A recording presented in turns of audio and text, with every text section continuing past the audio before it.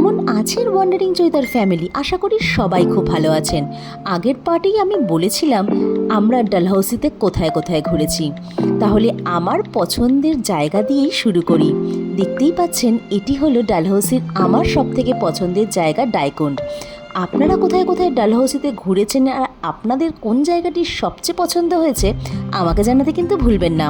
তার আগে কিন্তু অবশ্যই ওয়ান্ডারিং চৈতাকে লাইক, শেয়ার এবং ফলো করতে কিন্তু ভুলবেন না। আর তাহলে চলুন আমরা সেকেন্ড পার্টে চলে যাই আমাদের ইন্ডিয়ার অর্থাৎ ডালহৌসির মিনি সুইজারল্যান্ডে। কোথায়? Any guess? ঠিক ধরেছেন, আমরা চলে এসেছি ভারতের মিনি সুইজারল্যান্ড অর্থাৎ খাজিয়ারে। দেখতে পাচ্ছেন কি অপরূপ শোভা, তাই নয় কি? তাহলে চলুন ওয়ান্ডারিং সৈতার সাথে আমরা অনেক মজা করি আর জেনে নিই হিস্ট্রি। তার আগে মেরি ক্রিসমাস। আর কিছুদিনই তো বাকি নববর্ষের অর্থাৎ ইংলিশ নিউ ইয়ারের। তাহলে চলুন আমরা চলে যাই খাজিয়ারের পথে।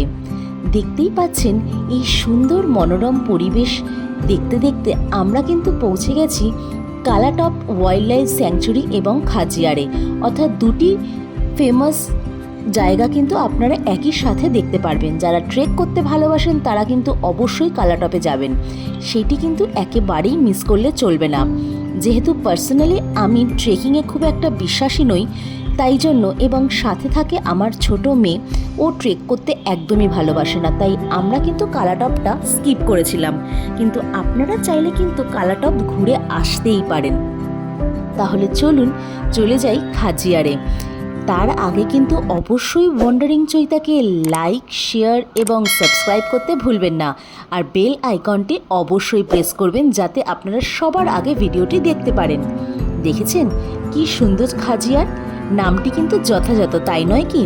মিনি সুইজারল্যান্ড, অর্থাৎ এর ঘন দেওদর পাইনের বন আর সবুজ মনোরম পরিবেশের জন্যই কিন্তু এই নামটি। আমরা তো গিয়েছিলাম হোলির সময়, তা আপনারা অনেকেই জানেন। তাই দেখুন আমরা নিজেদের মতো করে এখানে হোলি পালন করেছি আর আমরা কিন্তু খুব মজা করেছি। আপনারা চাইলে কিন্তু এর আশেপাশে হোটেল নিতেই পারেন, তবে আমরা কিন্তু ছিলাম ডালহৌসিতে। খাজিয়ারের থেকে আমরা ডে ট্যুর করেছিলাম ডালহৌসির। তাহলে আপনারা কবে আসছেন খাজিয়ারে? খাজিয়ারে কিন্তু ওই যে লেকটি দেখতে পাচ্ছেন, এটি কিন্তু মেন আকর্ষণ। আর আছে একটি শেষনাগের মন্দির, যেটি কিন্তু আমরা স্কিপ করেছিলাম কারণ আমার কন্যা হয়ে পড়েছিল প্রচণ্ড টায়ার্ড। কিন্তু আমরা এখানে এসে কিন্তু সুন্দর সুন্দর ছবি তুলতে ভুলিনি। দেখতেই পাচ্ছেন খাজিয়ারের কি সুন্দর ছবি।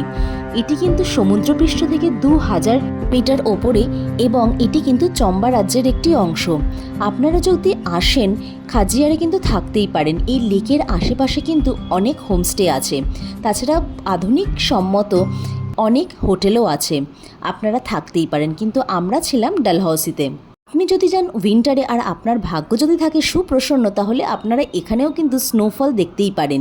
তাহলে কেমন লাগলো ভিডিওটি আমাকে জানাতে কিন্তু ভুলবেন না, আর অবশ্যই আমাকে লাইক, সাবস্ক্রাইব করতেও কিন্তু ভুলবেন না। তাহলে আজকের মতো টাটা।